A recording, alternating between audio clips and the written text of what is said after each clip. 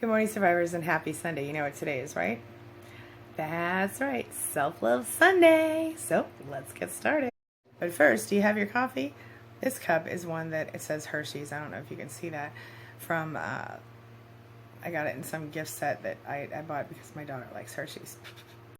So I have a new friend coming over to visit today. I'm kind of excited. It's actually Sophie's best friend's mom, and we kind of really connected yesterday when we met. So we're going to hang out today and see how that goes. So I'm excited about that.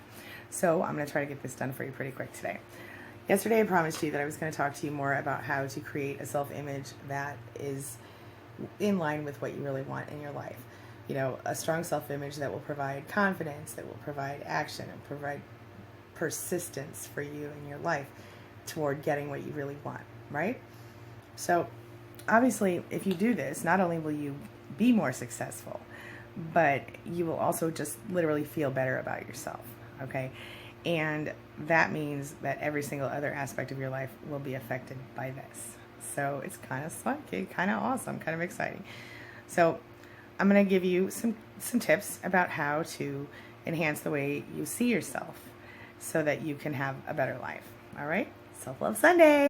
You might want to get out a piece of paper and a pen or pencil, or you might want to open up a Word doc on your computer right now, because I'm going to ask you questions that are going to help you to figure things out. So you might want to write down your answers as we go, or you might want to pause the video as we go. All right?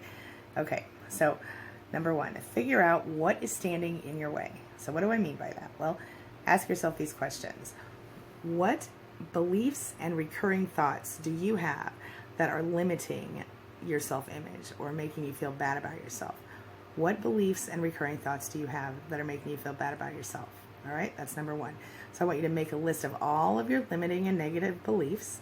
Then I want you to prioritize the beliefs, okay? We're going to start with working with the 10 most damaging beliefs, all right? What are some examples of this? Well, here are a few right now, okay? I'll never be good with money. Negative. I'm not good at making friends. Negative. People don't like me. Negative. I just can't lose weight. Negative. I don't have any self-control. Negative. Feel me? So the point is that, oh, another one. I'm bad at math and science. I'm stuck in this career for the rest of my life. Or it's too late to change my life. Okay? All of those are negative limiting beliefs, you know? My husband says that at work they have this saying that is, you know, that was a career limiting move. Okay? And what that means is that, you know, it was not something that was conducive to working up the corporate ladder, as it were. Well, in real life, we can use the term life-limiting move, okay? So it is a life-limiting move for you to hold on to those limiting self-beliefs. Feel me? Next up, you're going to want to attack each belief individually. So use everything at your disposal. Make sure that any negative belief is blown out of the water. What do I mean? Well, let's pick one of those that I just talked about in the last point, okay? So let's use the negative belief, I'll never be good with money, okay? Well, the statement itself is kind of stupid if you think about it, because anyone can be good with money if they just know the rules of personal finance, you know? So you've found yourself mastering plenty of other things that you weren't naturally good at. Am I right? I know I have. You know, maybe like riding a bike, or like speaking English or any other language you speak, or walking, making coffee, playing tennis. You know, most of those things were challenging, you know, and when you first learn to do them, and probably in real life they might even be more challenging than actually money is, huh? So instead of focusing on the fact that you're never going to be good with money, which is again a limiting belief, you focus on the fact that, hey, maybe you saved a lot of money up when you were a kid, or you took a personal finance class in high school, or you were the treasurer of your senior class, or you earned and saved enough money to take a trip to, you know, Europe in college, or you know, you saved up enough money to put down a down payment on your first home, or you you know, bought groceries today. You know, think about the positives and not the negatives. When you focus on what you don't have, on what you lack, you're always going to have more reasons to lack and need. Instead, focus on the things that are abundant and what's abundant in your life.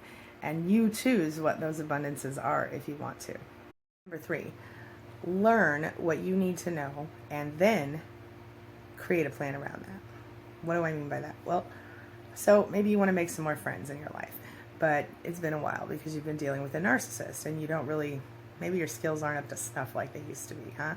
Or maybe you want to, learn a new skill, or you want to learn a new way to deal with people, or to deal with your job or whatever. Well, maybe you want to buy a book on enhancing your social life, or on getting better at things. Or maybe you want to join a wine tasting club, or a knitting club, a book club, or whatever. It's not going to take a lot of time to see results if you just make an effort. I'm telling you, you do anything for 30 days, you'll see a change in your life. Promise you. List your accomplishments. That's number 4. List your accomplishments. What do I mean by that? Well, you've probably accomplished a lot in your life, right? I mean, you woke up today, that's something, huh? But seriously, you graduated high school, maybe you graduated college, maybe you're a good speaker, maybe you just recently got your first apartment by yourself, or, you just got a job, or, hey, remember when you were a kid and you hit a home run in Little League? Learning to drive was a big deal for you, for all of us, you know what I'm saying? So list all of the things that you have done, all of the accomplishments, starting from the first one you can remember, okay? So maybe you want to start with, that you got an award in music in high school, or maybe you want to start with the fact that, you got, straight A's in grade school. It doesn't matter. Pick any accomplishment, start with it, and start writing them down. It's really healthy to know what you're capable of, and it's really healthy to know what you can do to make your life better. And if you look at all the things you've already done to make your life better, talk about inspiration, huh? Number 5, stop beating yourself up. When we say negative things to ourselves, like I said before, it limits us, but it also hurts us. Everything you say to yourself can be nonsense when you're being negative, but it can eventually cause you to believe it. Just like the narcissist in your life probably told you over and over again, you weren't good enough, you're this, you're that, you're the other. Instead of initially, when the narcissist said to you, let's use the phrase, you're lazy. Okay. Well, the first time the narcissist said that to you, you were probably like, I'm not lazy. What do you mean? I'm doing this and this and this. But after 100 times or 300 times or whatever, you might start to be like, maybe this narcissist is right. Maybe I really am lazy. Well, when you are saying hateful things to yourself, hurtful things to yourself, you eventually believe it. So why not change your mind and say things that are good for you? Say things that are helpful to you as a person. So, instead of saying, I can't do this, just say, I know I'll find a way to do this. Instead of saying, I'm too short, which I'm a little short myself, but I'm totally fine with it. But anyway, and also the good thing about being short is I can just wear big shoes and be 5 inches taller. Anyway, but instead of, there's my positive, but I'm too short becomes I'm tall enough for, so far for anything that matters. My height is irrelevant. And that's really the truth, isn't it? About height. Come on. Point is, make sure that you're not beating yourself up. Make sure that you're saying positive things to yourself instead of negative things, okay? All right, number 6. Spend time with people who make you feel good about yourself and avoid people who don't. Simple.